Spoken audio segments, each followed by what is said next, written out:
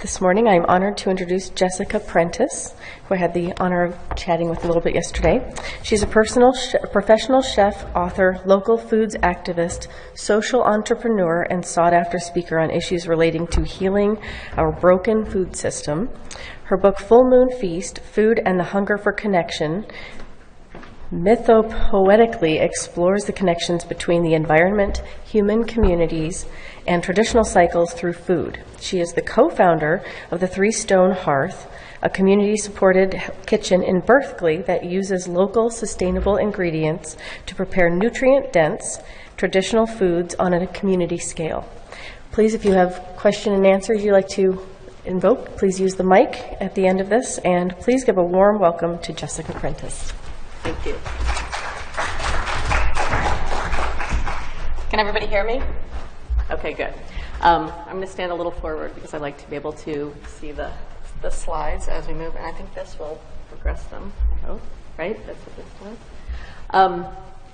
So I'm going to do a very quick sort of review of Weston Price, who Weston Price was, and a little bit, just a little tiny slice of his research, and then I'm going to review the 11 characteristics of traditional diets that really were drawn by Sally Fallon Morell from Weston Price's work, and she's here. You have the opportunity to talk with her, and she's actually, I think, going to be speaking after me, and it's good that she's here so that she can sort of, because a lot of the work that I'm going to be doing is drawn from her work, and so then she can kind of go into the next level and explicate and deepen for those of you who stay for both talks. How many of you know who Weston Price was? Okay, so most, but not all. So this will be a brief review. Let's see. There we go. So here's a picture of Weston Price. He was a dentist and was practicing in Cleveland, Ohio, and he basically had formed a big question about what was going on in terms of, he was starting with dental health, but his interest was much wider than that. And his question really came from the fact that he had been in practice long enough to see a marked decline in the dental health of his patients over a generation or more. He had treated kids, watched them grow into adults, watched them have kids, and then had treated their kids.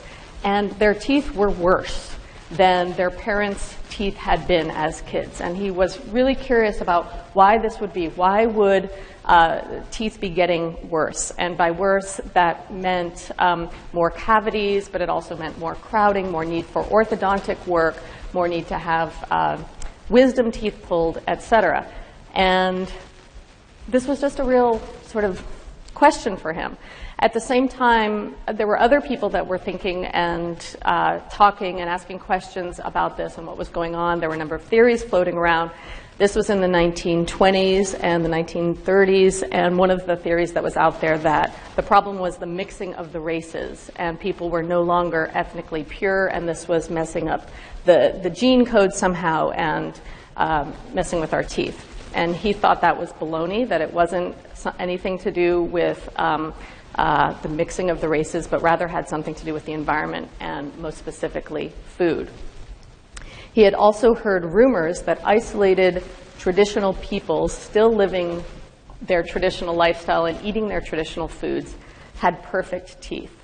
And he was very interested to find out if that was true. And so he set out on this, at the end of his career, he set out on this really remarkable journey that took him over a decade to seek out communities of people who had excellent health. And he started with the teeth, but he was actually very interested also in immunity. He was interested in resistance to diseases and all different aspects of health. So one of the first places he went was to the Lichtental Valley in Switzerland, where he found a whole community of people that were so isolated because the Alps were so high that they had, for centuries, if not thousands of years, grown their own food and produced everything that they ate with the exception of salt, which was brought in by mule cart, which had been the only way to get into or out of the valley for for forever, until just recently a tunnel had been built, and that's how he was able to get in. But the tunnel was very new. And so these folks in Switzerland were living the way that their ancestors had lived. And he was remarkably impressed by their dentition, in other words, their resistance to cavities. He had been studying resistance to cavities already in his practice, and what he was really looking for in these travels was not individuals who were resistant to cavities. He was looking for whole communities that were resistant to cavities. And that, what would make a whole community resistant to cavities was really the question that he was asking. And here he was, like I said, very impressed with how few cavities he found. He was also very aware that the people in this valley were known to be very resistant to tuberculosis, which was a big disease that they had all been exposed to that was circulating throughout Switzerland at the time. But they didn't get it. They were also very hardy. He was very impressed by how warm everybody seemed. I know there was just a talk about warmth. I didn't go to that one. But the kids were often barefoot when he was like really, really bundled up. And it was quite cold there, but they were hardy. They had the resistance to tuberculosis. Their teeth were in great shape. And this was the kind of community that he was looking for. And so in this case, he would then inquire about the diet. And this community ate a diet that was largely based on rye bread that they made themselves. They grew the rye. They ground the rye. I think I've got a little, I don't know how to use this thing. Is that it? I'm pointing it the wrong way. I don't know how to use this. But anyway, you can see where they ground the rye. They baked the rye bread in these communal ovens. This was a sourdough rye bread. You can see the rye bread right there. That's actually a loaf of bread, that big round circle there. And they ate the bread with the butter that they made from their dairy products or with cheese. And a few things were notable, that the butter was so thick on the pieces of bread that you could see their teeth marks when they bit into it. And the cheese was also as thick as the piece of bread that they ate. They had meat, but not a whole lot of meat. They would use the whole animal, and they would eat meat over the course of the week from like a stew that they made. And they had vegetables, but not a whole lot, because it was so cold there that the vegetables were very seasonal. And I know it's fictional, but if any of you have a chance to read the book Heidi as a grown-up, I recommend it. It's a fantastic book, but it's also it's a healing story. It's a book about healing, and it's set in the Alps, and there's a lot about food in there. And one of the very interesting things was that in that book, so I don't know if you remember the story, but there's a girl from the city who's crippled, and at the end of the book, they bring her to the Alps, and they drink goat milk. So basically what they eat up there is goat milk, sausage, bread, like a dark rye bread like this.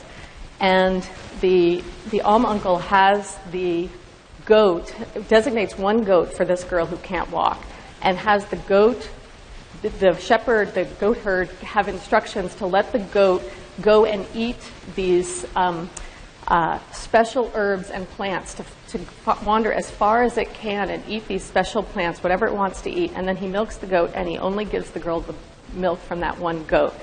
And this is a sort of a form of herbalism that a lot of us don't think about, to feed a child milk from a goat that's allowed to eat medicinal herbs. And that it's a really great story to read as an adult, and especially kind of through the Weston Price lens. So whenever I'm looking at these pictures, I'm thinking about Heidi too. And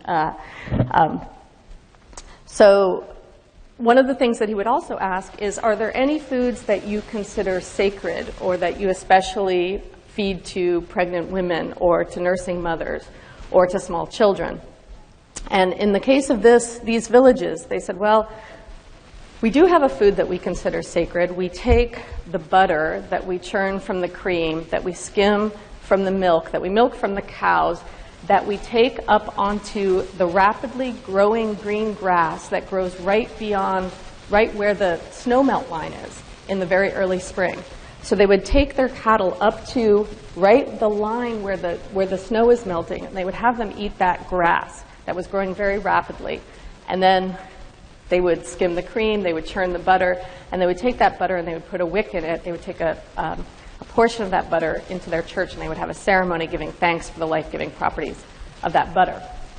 And so Weston Price said, that's exactly the kind of thing that I'm looking for. He took a sample of that butter back to his laboratory, and he found that it was very, very high in vitamins A and D, and also something that had not yet been identified, which we now know to be vitamin K2, which we'll circle back to.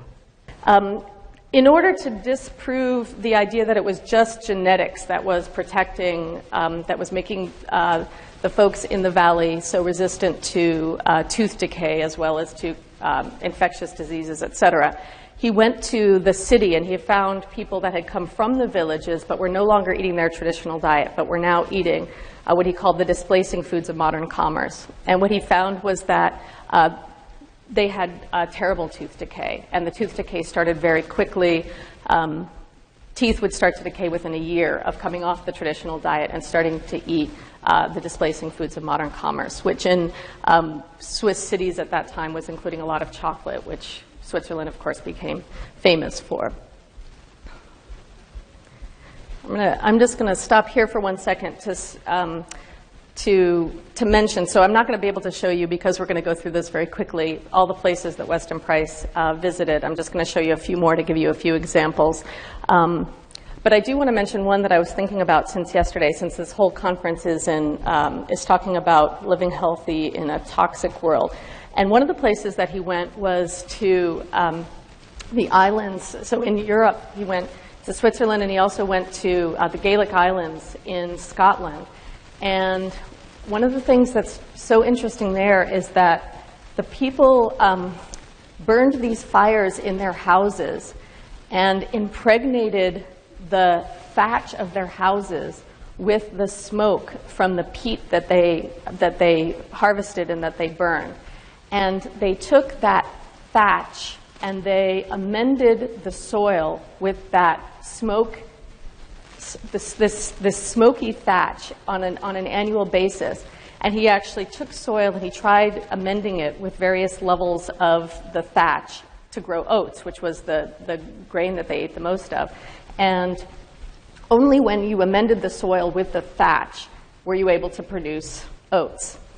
And one thing that I was just finding interesting thinking about it is that the houses were evidently very smoky, and they would burn in them, they would burn the fire in them even when it wasn't necessary for warmth, because they wanted to impregnate the thatch with the smoke that would be used to amend the soil. And I'm just thinking about how concerned we are about air pollution, and we're concerned about indoor air pollution. And I'm kind of curious about that, specifically thinking about, and maybe when Sally gives her talk, she can talk about that. But I think that there's something going on that's protective for pollutions that people, I mean, those people are breathing a lot of smoke, and yet they weren't suffering from that. And so I'm curious about that piece before we leave Europe.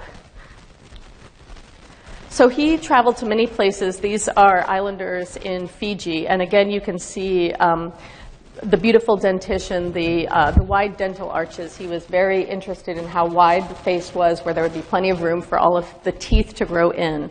And there's also just really a joy in the faces that you can see, that you start to recognize when you look at these pictures over and over again. And again here, he asked if there were foods that you feed to pregnant women, et cetera. There was a particular spider crab that they would travel many miles to get and feed to women when they were pregnant. And this boy is eating a sea worm, which I always want to. I can't wait to show my son that picture at some point. You like see how happy.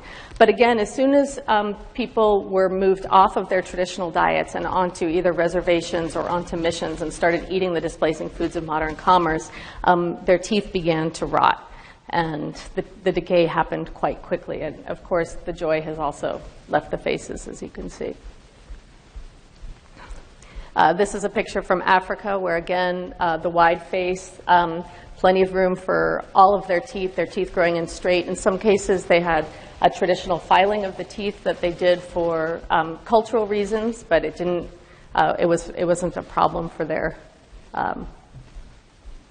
It wasn't a problematic thing. Oops. But here, again, the generation, as soon as people moved off the traditional diets, the teeth began to rot. And when I was showing this slideshow once, somebody told me, looking, I think, particularly at that man up in the corner, that during the Civil War, there was a law on the books in the United States that you couldn't enroll in the Army, and I'm not sure if this was the North or the South or both, but you couldn't enroll in the Army unless you had at least 6 teeth in your mouth, 3 of which were on the top and 3 of which were on the bottom, opposing each other, because in order to load a musket, you had to be able to do this thing with your teeth that was part of the musket loading, and if you couldn't do it, you couldn't fight. And so you had to have at least 6 teeth. I haven't looked for that law, but whenever I see that picture, I think about that, and I imagine what our American ancestors looked like during the Civil War time if you needed to have a law saying you had to have at least 6 teeth in your mouth. And I've looked at pictures, too, diagrams of London sort of during Dickensian time and how many teeth people actually had missing. Because one of the things about all these traditional groups that we're looking at is that in general they had no dental hygiene. They had no toothbrushes, they had no dental floss, they had no toothpaste, they didn't have dentists, they didn't have orthodontists, because in the traditional context these things hadn't been necessary. But these are the interventions that keep us from our teeth falling out. This is what we have that has prevented a lot of the tooth decay that we would have if we didn't have those things. And really what Price was witnessing is just, it's so amazing that he was asking the questions at the time that he was doing so, and doing this research never ceases to kind of amaze me, because it's really the only time in history when this body of research could have been done. Because we needed to have airplanes to get on, he needed to have an airplane to go to these places, he needed to have a camera to take these pictures. But there needed to be enough people that were still living their traditional lifestyles that he could document, and enough people that were right in that transition where the dental hygiene hadn't yet moved in, and we were seeing what the immediate effects of the loss of traditional diets was looking like. It's a very sobering, to me, a very sobering look really at the process of colonialism and what was happening historically during that time that he was able to capture. And like when I went to college, I studied a lot of things about colonialism, but I never learned anything about the physiological health implications of this historical process that was happening. And then in the next generation, what you started to see was people having overbites, underbites, or what Weston Price called dental deformities. So first generation, the face would be broad, the teeth would have grown in straight, but then there would be the dental decay and the teeth would be rotting, and there wouldn't be interventions to prevent them from falling out or needing to be pulled. But in the next generation, you see overbites, underbites, dental deformities. And a lot of quote-unquote dental deformities, too, aren't necessarily visible. These are very visible ones. But I never learned until I went to a holistic dentist that I have a type 2 division 2 malocclusion. Nobody ever looks at me and thinks, that my bite is off, but it is. But a lot of it, these are just very obvious problems. He went to Australia, and these are images of Australian Aboriginal women and their beautiful dental arches and their amazing teeth, again, without toothbrushes, toothpaste, dental floss. And these 3 women are living on reservations and eating the displacing foods of modern commerce, while the woman in the upper left is still on her traditional diet. And that shows the real contrast. And here's the next generation with, again, the dental deformities, but also it goes a lot deeper than the teeth. You can see this boy in the upper left, how little air passage he has in his nose, how narrow his nose is. He's going to have a very, very hard time getting oxygen to his brain.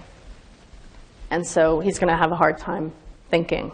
So these are not purely cosmetic issues. These are affecting the whole apparatus. And I think a lot of this is happening for all of us. There's a whole interaction that happens over time, too, between our tongue and our teeth as our face forms. And if the tongue is crowded and that interaction doesn't happen properly, it affects everything that happens up here, because it affects oxygen flow, which is super important. And it can help create the conditions for infections, too, because there's not enough circulation and things get trapped. Well, yeah, so I think so the question, I'll just repeat since you weren't at the thing, how much is poverty an issue? And so what we're witnessing here is a shift from people living a subsistence lifestyle, which was not based on a commodity economy, to all of a sudden being thrust into a situation of poverty, which is about living in a commodity economy, which they hadn't lived before. So, while technically maybe in the first instance you might call somebody poor, that would be purely in a monetary perspective, because the lifestyle was all based on how needs are met from the environment rather than access to money, which is what you need to meet needs, which is what's true in the colonial economy that was being exported. So let's not get into that. We'll come back because that's a rabbit hole we could spend the whole time talking on. But when we do the questions, we can talk about that more, because I'm very interested in that aspect of it. But for the most part, the folks that you're seeing in the secondary pictures, like in the Swiss picture, those were people living in the city. But a lot of these pictures are pictures from missions and reservations, where there's a dependency and a poverty as a part of it, too. This was the Andes, up high in the Andes, and very different diet here. So I haven't been talking about each of the diets, but we're going to go into these diets are very diverse is the main point to take away. I haven't shown you any pictures of the Inuit, but he went and traveled extensively amongst the Inuit. That diet, of course, is completely animal-based. They eat some plant foods, but animal foods are the main part. So first we started with a grain and dairy diet. The people in, a lot of the people living on islands were eating a lot of seafood. In the case of the Gaelic peoples, they were also eating oats as a primary grain food. There's a lot of diets here that were mixtures of plants and animals. Up here in the Andes, we have one of the more carbohydrate intensive diets with more grains and tubers.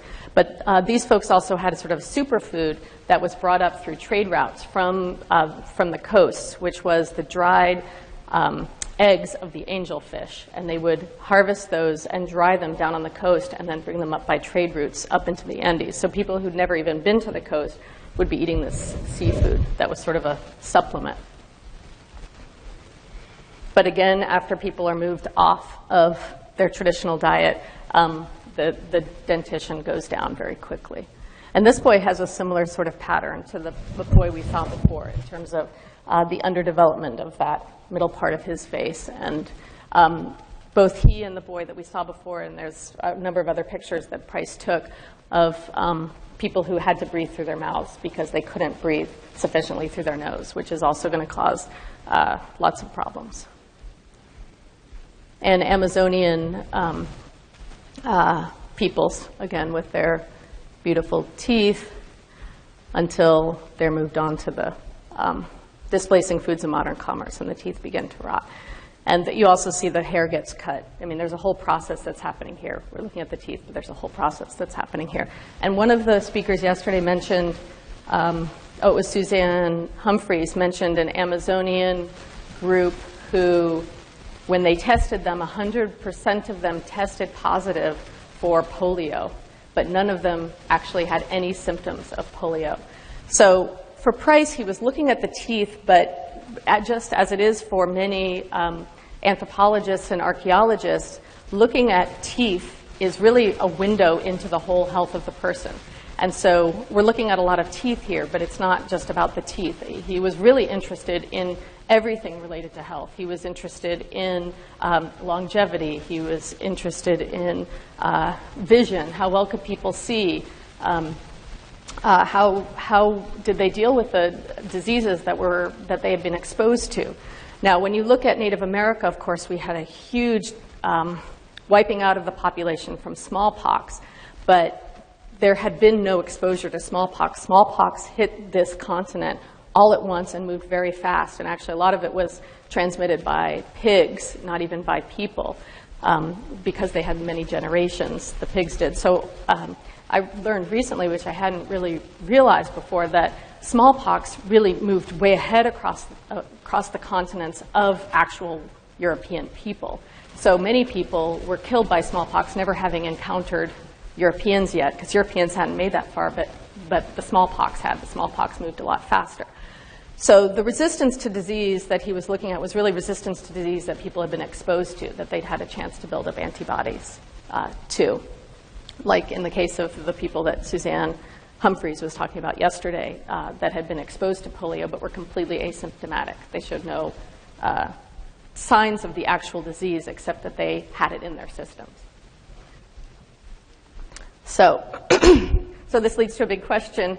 If we do believe that at least some traditional diets did a great job of keeping people healthy, what does that say to us, especially when these diets don't fall into any of, they aren't similar in any of the ways that we usually think about diets. Some of them are plant-based, some of them are animal-based, some of them rely heavily on dairy products, some of them had no dairy products, some of them use extensively seed foods, some of them used hardly any seed foods. So what are the common denominators? And this really is the work of the 11 characteristics of traditional diets that Sally's put together. And to me, this is, I first studied this work about 15 years ago, and these are sort of the guiding principles when I think about food. My overarching question when it comes to anything we eat is, have millions of people eaten it for thousands of years? And if the answer to that is yes, then we know how it impacts health. It may or may not be a great food, but at least we know what the implications are. And in general, if millions of people have eaten it for thousands of years, it's usually good for you. Yeah.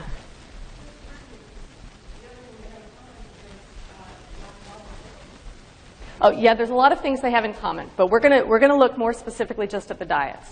Yeah. No, I mean, and all the things that we're talking about over these 2 days are, for the most part, modern pollutants. They're modern toxins. And so, yes, they absolutely have in common the absence of all of these modern toxins. And the reason I said the thing about the Gaelic villagers is just to say that that doesn't mean that they weren't without any forms of pollution.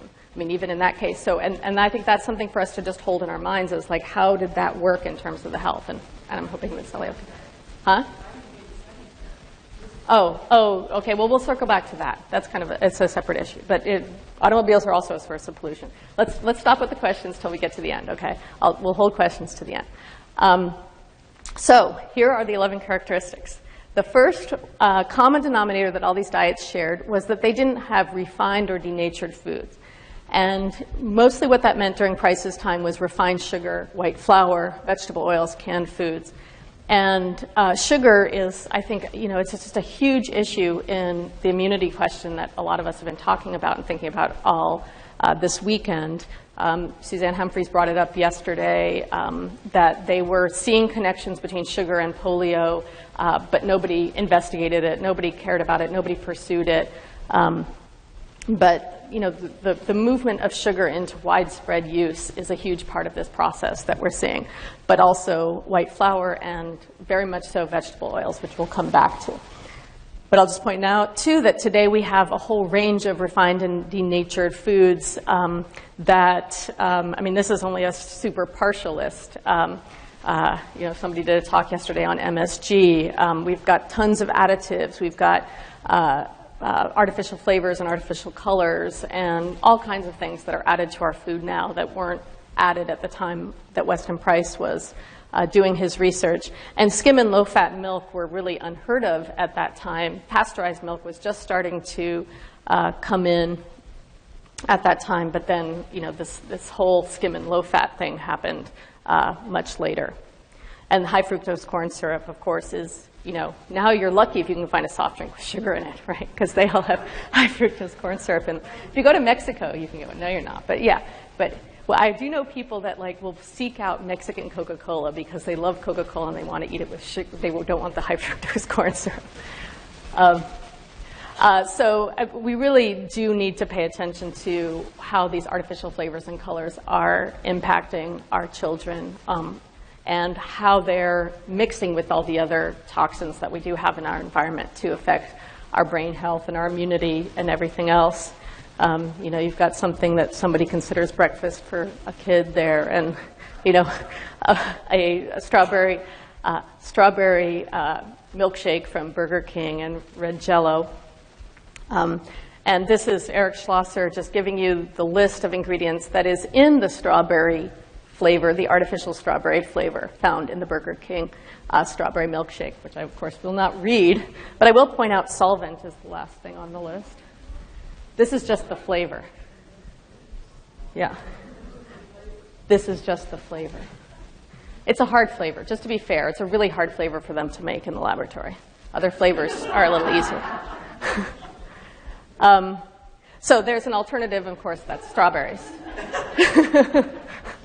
Except that strawberries, you know, one of the things that I find really interesting about this work is that you know, if you actually do say, well, okay, here's the alternative, it's strawberries, then you actually have to think about, you know, how are you going to grow strawberries in a way that's not toxic, and how, you know, where do the strawberries come from? Who grows them? And, you know, a whole, you know, it's like, it seems, it's simple on the one hand, and on the other hand, you know, it's profoundly complex with profound implications for our social structure. Who picks those strawberries? At what wage? You know, there's down south, there's a farm called Swanton Berry Farm that grows some of the best organic strawberries around. They're one of the only farms that's unionized. They make this big effort to pay everybody living wages. You know, so on the, you know, yes, strawberries, very simple. On the other hand, it enters all these questions of our modern economy and how that functions.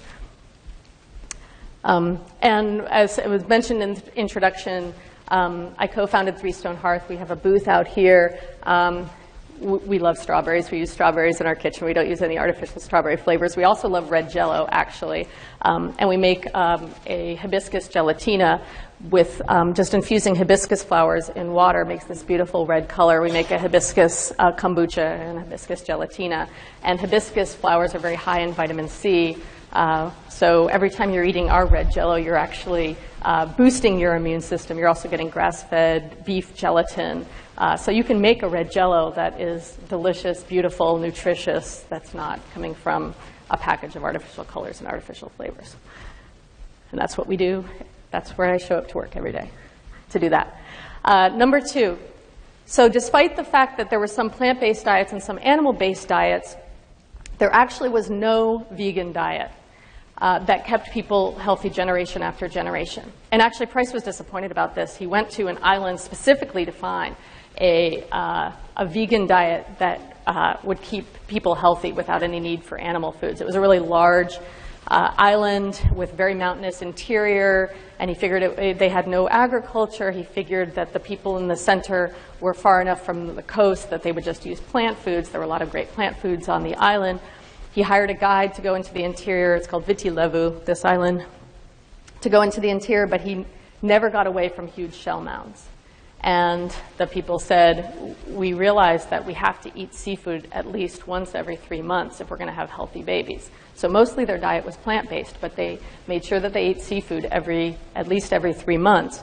And one thing that I find very sort of touching and profound about the story, too, is that they had these trade systems set up with the coastal people to get the seafoods to the interior, and they would trade sort of their choice mountain foods for those seafoods.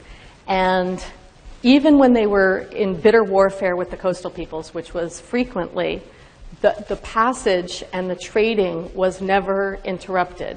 It was sort of considered sacred that this food would be traded and that the seafoods would get to the center, and no carriers of those foods were ever molested, even during the warfare, which I invite us all to just take into our hearts. What that would be like to have something that even when we were at war, we weren't undermining, right? So that being said, there were animal foods in every diet, but the quantity could be relatively low, like in that case, at least once every 3 months. And what kind of animal food varied significantly. Fish and shellfish, birds, both domesticated and wild, red meat, both domesticated and wild, dairy products from a whole range of animals, not just cows, and not even just goats, but camels and reindeer and yaks, and we've gotten dairy product from a huge range of animals. Eggs, both domesticated and wild. So I like to throw out these little cultural references that you can check out and kind of look through a Weston Price lens. So Heidi, I already talked about. There's also a great movie called The Fast Runner, Atanar Juat. It's like one of my all-time favorite movies. If you don't like slow movies, don't watch it. It's like 3 hours, and very little happens. But it's an Inuit movie made by Inuit filmmakers, and they filmed a legend that was a pre-contact story, and they used all pre-contact tools. So you see a real slice of what Inuit pre-contact life looked like. They recreated the kayaks, the kind of sunglasses, the bone sunglasses. It's really amazing, but there's a great egg eating scene in there that you see what they eat and how they eat it. And there's this great scene where they collect all these wild eggs and how they boil them too, because they have no metal. They have no metals, so they boil them in a different way. It's pretty cool.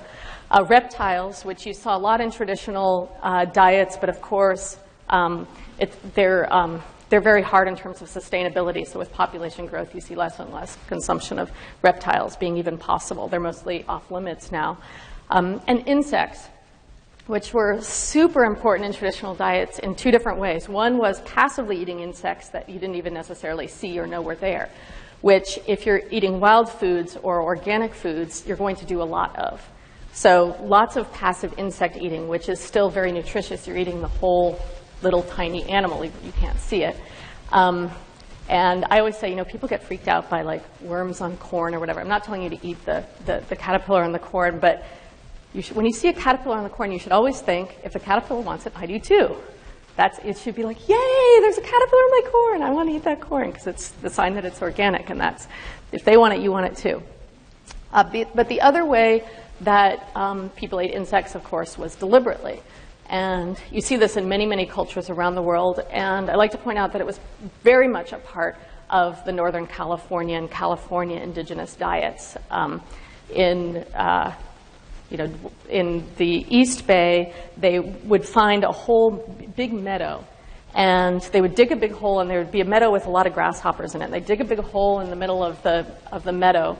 And they would take these clappers, and they would stand in a circle around the meadow, and they would walk towards the center, clapping these clappers, and the grasshoppers would hop away from them towards the center, because they're coming all around, until they all fall into the hole in the middle. And then they would cover it with dry brush, and they would light a fire, and they would cook the insects there, wait for the fire to go out, open it up, and they would feast on the insects that were in there.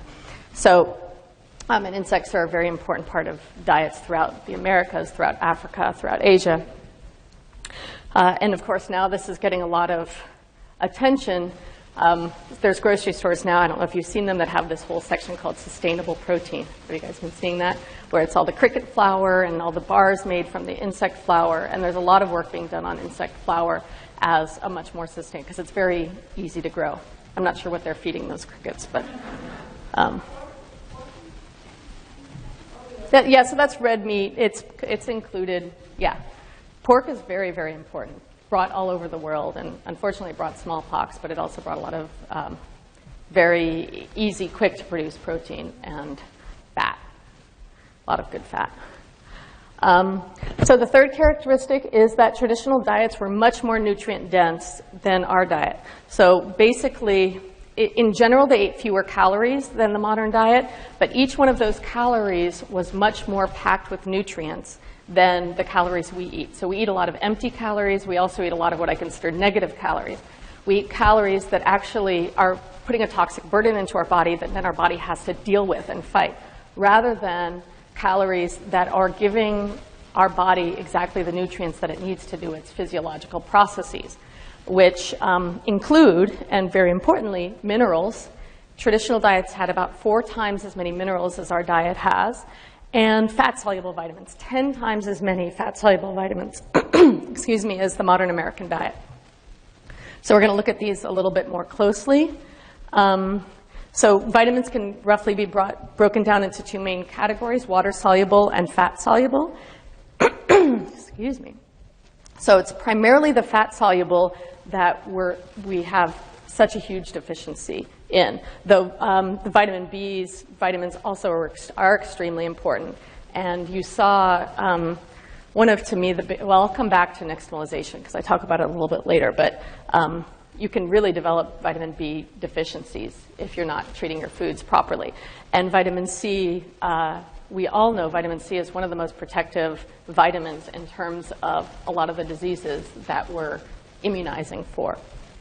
But the fat-soluble vitamins as well, and they are very deficient in our diet. So A, D, E, and particularly K2. And E, not quite as much. A, D, and K2 I'm going to talk about individually because they're so important. So, can we get enough vitamin D from the sun? Well, so if you live in this yellow band of the planet and you're outside most of the day with very little clothes on, you absolutely can get enough vitamin D from the sun. And I just want you to look at that map. That's a huge percentage of the world's population. Huge percentage of the world's population for most of time are getting enough vitamin D from the sun because they're living in that band and they're outside during the day with very little clothes on. But if you live not in that band, it really depends on a lot of factors whether you can get enough vitamin D from the sun. It depends on the time of year. So vitamin D synthesis in February is pretty much impossible, even if you're outside in the middle of the day with very little clothes on, which you might be cold, depending on where you're living. You're not going to make enough vitamin D from the sun.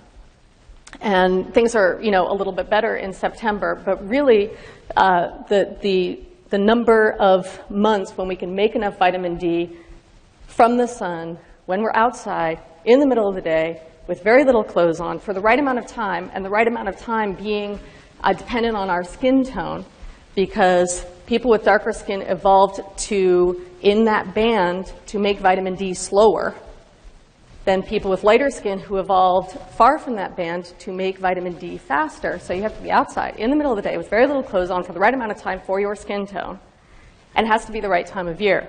It's just, it's not very likely, and this is why people's living, especially close to the Arctic, developed food sources for vitamin D. And one of the main ones throughout Europe, as we know, is cod liver oil. And cod liver oil is one of the best food sources that we have of vitamin D. For the Inuit, it was seal oil, which they dipped every bite of meat into before they ate it. They also used it for lighting. There's a lot of seal oil in that movie, which is fun. But this is really why cod liver oil became such an important supplement even before other things became supplements. And you will see a lot of European traditions will say that you need to take cod liver oil every day in every month that has an R in it. So you start in September, October, November, December, January, February, March, and April. And then you actually can, if you're outside in the middle of the day with very little clothes on, take a break during May, June, July, and August, because those are the times of year where you can make enough vitamin D from the sun.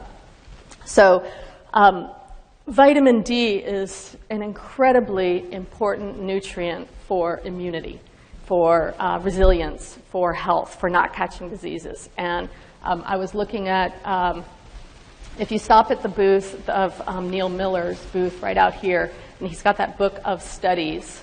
He compiles and he summarizes all the vaccine studies.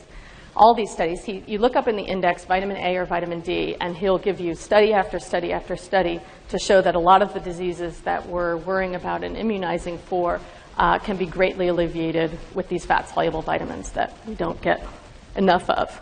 So vitamin D being incredibly important.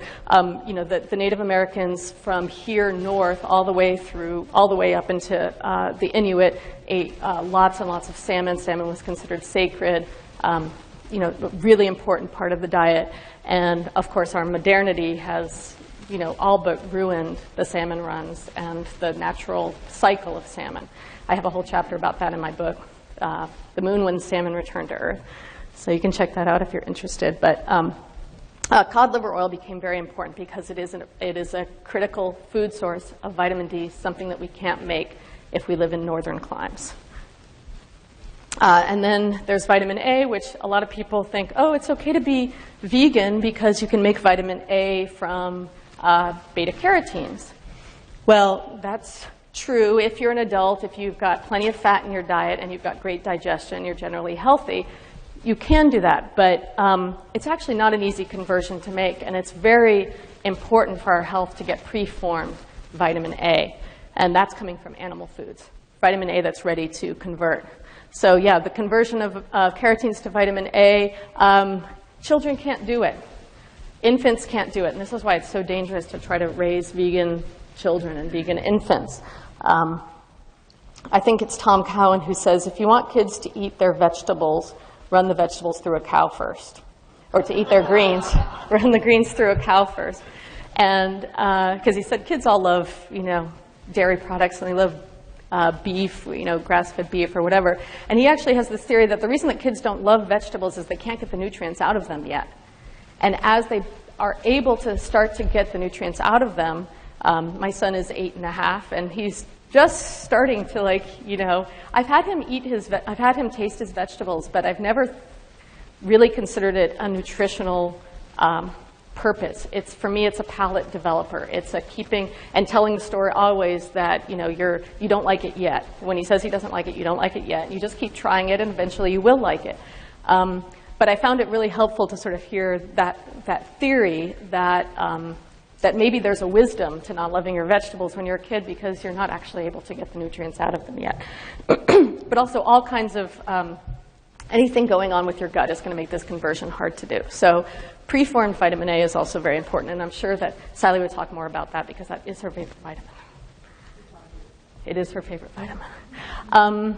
And this is rapidly becoming my favorite vitamin, vitamin K2. And there's a lot of research being done about K2 right now. It's fascinating because it seems to be the nutrient that tells calcium and other minerals where to go in our body, which is extremely important because those minerals are going to the wrong places. They're going to our soft tissues, causing calcification of the arteries, instead of our hard tissues, bones and teeth, causing osteopenia and osteoporosis, which are really two sides of the same coin. You can be getting enough calcium, but if your calcium's not going to the right places, you can have both of those problems simultaneously. And vitamin K2 appears to be the nutrient that regulates, but it does two very important things. It regulates where calcium goes, and it also regulates the balance of vitamins A and D, which both do have toxicity levels. But vitamin K2 doesn't seem to. There doesn't seem to be any way to get too much vitamin K2. Most of its sources are animal sources, but there's an amazing plant source, which probably most people aren't too familiar with, which is a Japanese food called natto, which is a fermented soybean. And if you go out for sushi, look for natto maki on the menu. You'll often see it there. I find it really delicious, but Americans don't tend to like it. They are now taking it and dehydrating it and powdering it and selling it for people who have bone loss and are dealing with bone issues. And so you can find that on the market and just sprinkle it on foods to add vitamin K2. There's a few cheeses in particular that I'm not spelling out here specifically to look for vitamin K2, and that's Gouda and Brie, are both, because of the bacteria that make them, the microorganisms that make them, are very high in vitamin K2. But all of these nutrients, and there does seem to be something about vitamin K2 and fermentation, because you see it in a lot of fermented foods. Also, salami is a lacto-fermented meat. So at Three Stone Hearth, we're very focused on these nutrients. We offer both fermented and extra virgin cod liver oil, and people can make their choice about which of those they prefer. We sell and carry ghee, but another food that I'm hoping is finally making a comeback is lard. I just saw an article, lard is the new coconut oil. And I'm like, yes, finally. Yes, and a lot of vitamin D, because if you're getting pastured lard, the pigs are out in the sun, outside, in the middle of the day with no clothes on, and they're making the vitamin D. They're storing it in their skin, then you're harvesting the animal, you're rendering the lard. I love, love, love lard. I love it. It's my main cooking fat in addition to ghee, and people don't eat enough of it. If you're looking for good lard, you don't want to make it yourself, please come find us at Three Stone Hearth. We don't have any with us today, but come to Berkeley and get some good lard. And it's... Rosita. So that's the extra version that we're carrying. Yeah. So all of these are, eating good fats that with ample nutrients in them is super important for our overall health, our immunity, our bones, all of that. And in terms of nutrient density, another thing not to be overlooked or forgotten is liver. This is, I think, Chris Kresser's slide where he took the two sort of darlings of vegetable foods, blueberries and kale, and compared them to beef and beef liver on about a dozen nutrients. And look particularly at vitamin A, the vitamin A levels in liver. Nothing else compares. And this is, my mother when she was growing up had liver and onions once a week. Liver and onions once a week, once a week, once a week. Anybody here have liver and onions once a week? Oh, good. That's a bunch of Weston Pricers, though. Huh? Yeah, it was cheap. But I think there was more to it than just the expense. That might be what they thought. But I think there was a certain wisdom in it, too. But in terms of vitamin A, really getting liver in your diet on a regular basis is really one of the best things that you can do. And so it's one of the big focuses that we have at Three Stone Hearth, because we know a lot of people don't know how to cook with liver. They don't want to cook with liver. They're overwhelmed by liver. They don't love liver. So we do, oops, my slide went away.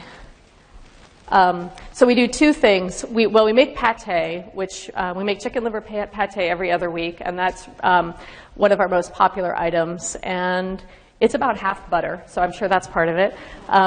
But then you're getting all the stuff with the butter, and people just eat that a lot. But the other thing is that we process beef liver. We just take the connective tissue out of it, and we puree it, and we add it to every ground meat dish that we do. So any chili you get from us, any hamburgers, meatloaf, ragu, any ground meat dish has liver added to it at about the percentage that we figured out people don't notice, but adds nutrition. I don't know exactly what the percentage is, but we do I think it's about 2 cups to 80 pounds of beef, something like that. So it's a small amount, but it's in everything. More than that, people start to complain. Okay, I have to speed up because I'm only on number 4 and I've got 10 minutes left. So I'm going to just race through these. Cooking was very universal in these traditional diets, but animal foods, always some of them were eaten raw, and particularly where dairy played a major part in the diet, it was usually consumed raw, cultured, or usually both. Often it was both raw and cultured. Number 5, a high food enzyme content. Again, depending where on the planet these cultures were, the enzymes came from different places. In tropical areas, you're getting them from papayas and pineapples. In northern areas, you're getting them from much more lacto-fermentation, like sauerkraut. This is a German-American family outside of Baltimore making sauerkraut around 1915. In Korea, you have a huge tradition around kimchi, which is a lacto-fermented food that's actually protected internationally. You can't call something kimchi unless it's lacto-fermented, but that'll be a live culture food with lots of probiotics. Huge traditions of pickling throughout Eastern and Northern Europe, Russia, European America. And we have a big focus on pickling at Three Stone Hearth, too. We make a lot of sauerkraut. We've had the brine shots all weekend that you're welcome to come taste. But we do lots of lacto-fermentation, lots of beverages, too, kombucha, kefir, jun we've started making, which is similar to kombucha, but with honey rather than sugar as the starter. And we add lots of herbal infusions too, like the hibiscus and other things to those. So they're not only high in enzymes, but they're also using plant medicines at the same time. Okay, so seed foods, sort of controversial right now because a lot of people are, going paleo and not wanting to eat any seeds and not wanting to eat any grains. And there's a lot of reasons for this, and some of them are good. But what you see is that you do see traditional diets that made extensive use of seed foods, but they processed them in a very sort of wise, intentional way before they ate them. And really what process they used depended on the seed food itself. And so I'm just going to review a couple of what these are. And one way to think about this is that a plant has an evolutionary advantage if a seed, it's actually fine for it if the seed gets ingested.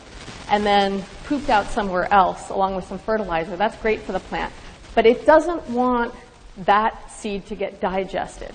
And so it's protecting it, trying to keep it from being easily digested, because once it gets digested, it's not making a new plant, which is the whole point of it making the seed. And so it kind of binds it into this very hard to open package. And I always think of it as like a suitcase, a James Bond suitcase that has little like codes and knives in it to protect the information that's in there.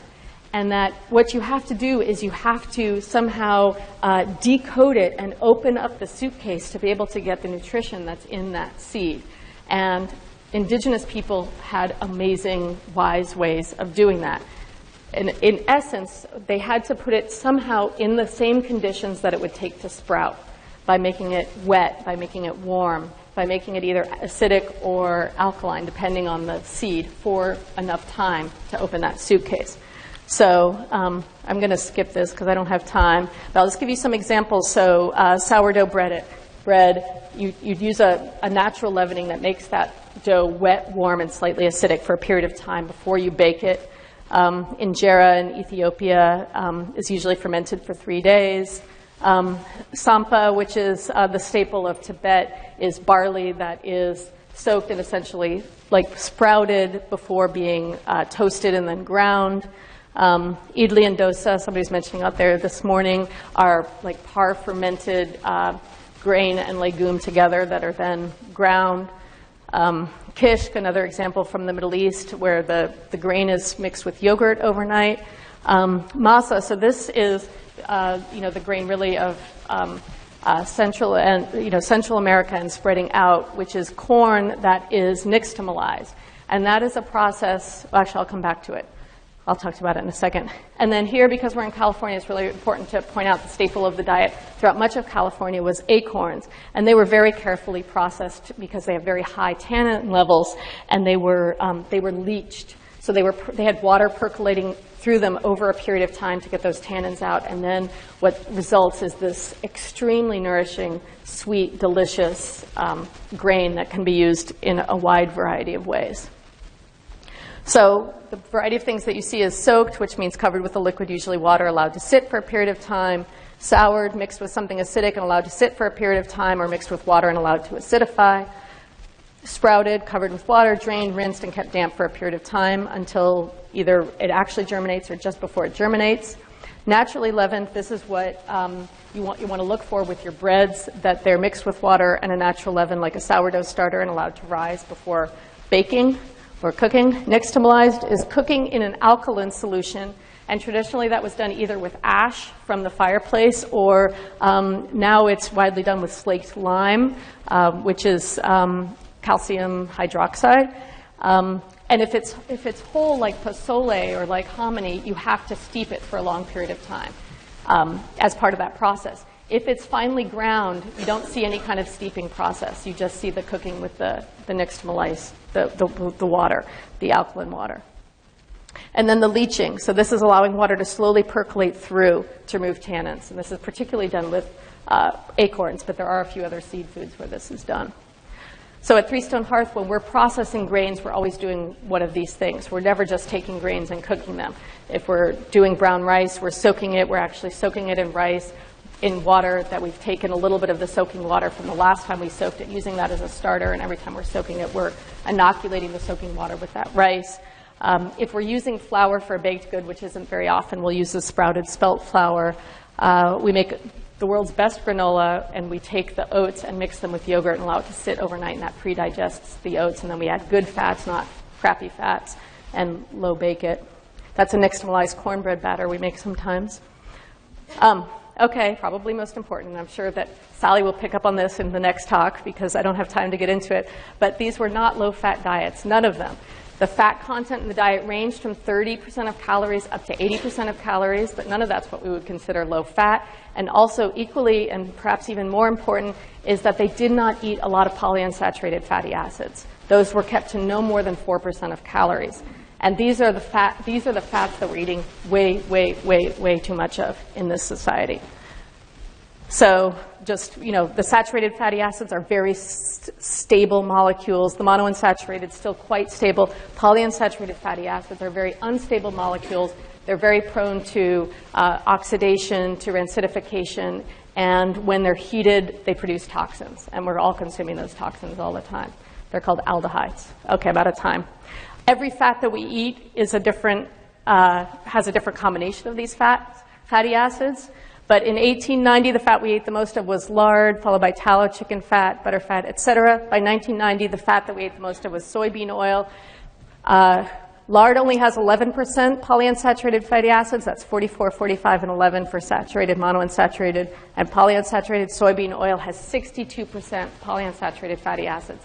And that's the fat we're eating the most of, followed by a bunch of other ones that are very high in polyunsaturated fatty acids. So we want to get back to traditional fats, like the ones we use at Three Stone Hearth. You will not find a bottle of canola oil anywhere at our company. And I'm just going to have to stop because, so can you pick up with, talk about, you're not going to talk about any of this. Quickly, I've got quickly. Okay, so this is super important, is omega-3s and omega-6s in the traditional diet. So first of all, you see it's only 4%, so the polyunsaturated fatty acids were kept to 4% of calories, and they were relatively equally distributed between omega-6s and omega-3s. In the modern diet, we eat a ton of omega-6s because those come from grains, and very, very few omega-3s. So this is why you should spend more for pastured eggs. If you're buying pastured eggs, they have roughly equal amounts of omega-6s and omega-3s. Feedlot eggs are way, way high in omega-6s.